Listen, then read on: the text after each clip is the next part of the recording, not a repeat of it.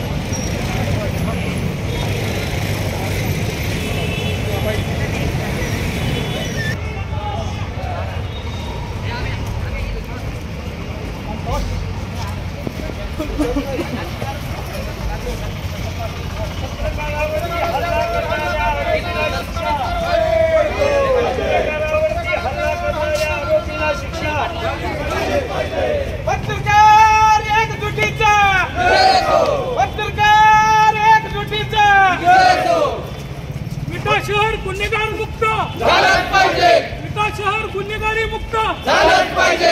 प्रसाद पिसाळावर हल्ला करणाऱ्या गुन्हेगारांना स्थानबद्ध केलंच पाहिजे। लोकांची कारवाई झालीच पाहिजे।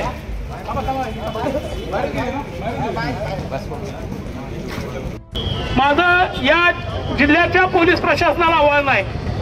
आम्ही काल जिल्हा पोलीस प्रमुखांच्या साठी भेटायला गेलो होतो। ते एक अर्धा थांबले होते पत्रकारांच्यासाठी, विट्याचे पत्रकार यायचे होते, उशीर झाला आणि अप्पर पोलीस अधीक्षकांनी आमच्या निवेदनाला स्वीकार घेऊन त्या सगळ्या मागण्या, ज्यामध्ये आम्ही स्थानबद्धतेची मागणी केली आहे, मोक्याची मागणी केलेली आहे,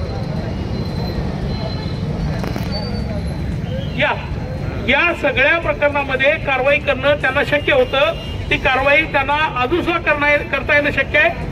ती कारवाई केली पाहिजे ही आमची मागणी आहे। इतर जे आरोपी आहेत त्या प्रकरणातले ते आरोपी अटक का होत नाहीये तेवढ्या वेळात? आता कालचा पूर्ण दिवस पोलिसांनी वाया घालवलेला आहे आणि हे जर आरोपी अटक झाले नाहीत तर याहून मोठा मोर्चा आणि जिल्हाभर राज्यभर आंदोलन आम्ही हे घेऊन जाणार आहोत। 9 तारखेला मुख्यमंत्र्यांची आमचे या पत्रकारांच्या हल्ल्यासंदर्भात भेट आहे। त्यावेळी आम्ही विटाचं प्रकरण मुद्दा म्हणून घेऊन जाणार आहे, कारण विटाच्या प्रकरणामध्ये 1 दिवस आधी पोलिसांना कल्पना असताना सुद्धा प्रसादवर हल्ला झालेला आहे। हे प्रकरण गंभीर आहे। हा एकटा प्रसादचा प्रश्न नाही आहे, हा जिल्ह्यातल्या राज्यातल्या पत्रकारांचा प्रश्न आहे। महाराष्ट्रातल्या जर या महाराष्ट्रामध्ये पत्रकार संरक्षण कायदा सरकारनं केलेला आहे तर पत्रकारांच्या संरक्षणाची जबाबदारी कायद्यानं जिल्हा पोलीस प्रमुखांच्यावर आलेली आहे आणि जर जिल्हा पोलीस प्रमुख यामध्ये जर ऍक्शन घेत नसतील तर आम्हाला या विरोधात अजून तीव्र आंदोलन करावं लागेल। मी विटा शहरातल्या नागरिकांना एकच आवाहन करणार आहे, उन्हाच्या तडाख्यात सुद्धा तुम्ही आलात आणि अशा वेळी बोलणं योग्य नाही, पण मी एक सांगतो की या विटा शहराचं वाटोळं होण्याचं काम सुरू झालेलं आहे। मुलांना या अंमली पदार्थांच्या नादाला लावण्याचं, त्यांना वेगवेगळ्या पद्धतीनं पैसे द्यायचे आणि सावकारीनं उकळून घ्यायचं आणि त्याच्या आईबापांच्याकडनं त्याची वसुली करायची, हा एक प्रकार। जमिनींच्या बाबतीतला प्रकार, वेगवेगळ्या प्रकरणात होणाऱ्या अपहरणांचे प्रकार, खून आणि खुनाचे गुन्हे उघडकीस न येणे, या सगळ्या घटना जर लक्षात घेतल्या आणि या विरोधात जर प्रसाद सारखा पत्रकार आणि तो विट्यातले पत्रकार जर लिहित असतील तर त्यांच्यावर हल्ला होतो, तेव्हा कुठेतरी या प्रकरणामध्ये या अँगलने सुद्धा तपास होणं हे आवश्यक आहे। याबद्दल बोलणं केलं पाहिजे आणि केवळ हे आरोपी आणि आरोपींच्या पाठीशी कोण आहेत, त्या आरोपींच्या पाठीशी शोधताना यामागे कुठेतरी ह्या पूर्वपीठिका आहेत का याचाही तपास करणं गरजेचं आहे। मात्र पोलीस या प्रकरणामध्ये बोटचेपी भूमिका घेत आहेत असं आमचं आता मत झालेलं आहे।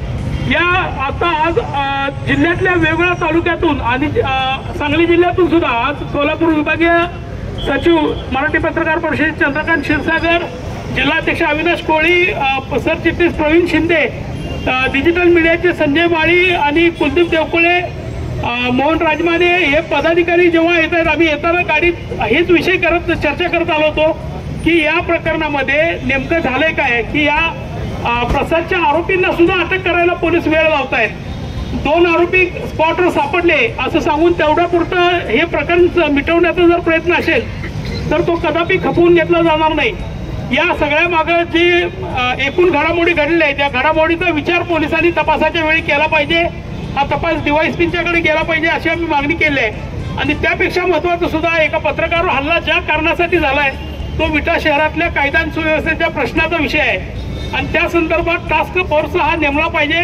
टास्क फोर्स म्हणण्यापेक्षा या विटा शहरातली गुन्हेगारी खोडून काढण्यासाठी जिल्हा पातळीवरनं एक फोर्स निर्माण करून पाठवला पाहिजे ही आमची मागणी आहे. आणि विटा हे सुवर्णनगरी शांत शहर म्हणून प्रसिद्ध असणाऱ्या शहरामध्ये या पद्धतीची जी गुन्हेगारी वाढीस लागलेली आहे, ही गुन्हेगारी मोडीत काढायची असेल तर प्रसादवर झालेल्या हल्ल्यात त्याचं रक्त जे सांडलेलं आहे, त्याच्या हातावर टाके पडले आहेत, तो आज जर समजा या प्रकरणामध्ये जर त्याचा जर जीव गेला असता तर त्याची जबाबदारी कोण घेणार होतं आणि आज आपण काय करणार होतो नेमकं. आपण हे लक्षात घेतलं पाहिजे की त्यानं कुठल्या कारणासाठी धाडस केलं होतं, त्यानं कुठल्या कारणांसाठी पत्रकारिता केली होती. तुम्हाला त्या गोष्टीची किंमत आहे म्हणून तुम्ही सगळे विटा शहरातील नागरिक आलात, पण जिल्हा पोलीस प्रमुखांना या गोष्टीची किंमत आहे का नाही, या शहराच्या डीवायएसपीला या गोष्टीची किंमत आहे का नाही, त्यांना या प्रकरणामध्ये तपास करायचा आहे की नाही, का फक्त नाटक करायचं आहे, हे सगळं या प्रकरणामध्ये दिसणार आहेत. पण आम्ही पत्रकार एवढ्यावर थांबणार नाही. विट्याचे पत्रकार लिहितीलच, सांगलीतले पत्रकार सुद्धा आम्ही हे विट्यातलं काय चाललंय हे विधिमंडळ अधिवेशन सुरू होण्यापूर्वी आम्ही यांच्या सगळ्या कारनाम्यांचा खोल मांडू. आता कराड आणि सातारा जिल्ह्यातील पत्रकार आलेले आहेत, त्यांनी आपल्या आंदोलनाला पाठिंबा दिला. आम्ही त्यांना धन्यवाद देतो, आपल्या विटा शहरातील सर्वांना धन्यवाद देतो आणि आता मोर्चाला प्रारंभ होईल एवढंच सांगतो. धन्यवाद. त्या निषेध करण्याच्या निमित्तानं सगळेजण एकत्रित आले त्याबद्दल मी सगळ्यांचं या निमित्तानं धन्यवाद व्यक्त करतो. कारण या शहराला किंवा या परिसराला एक वेगळी परंपरा आहे.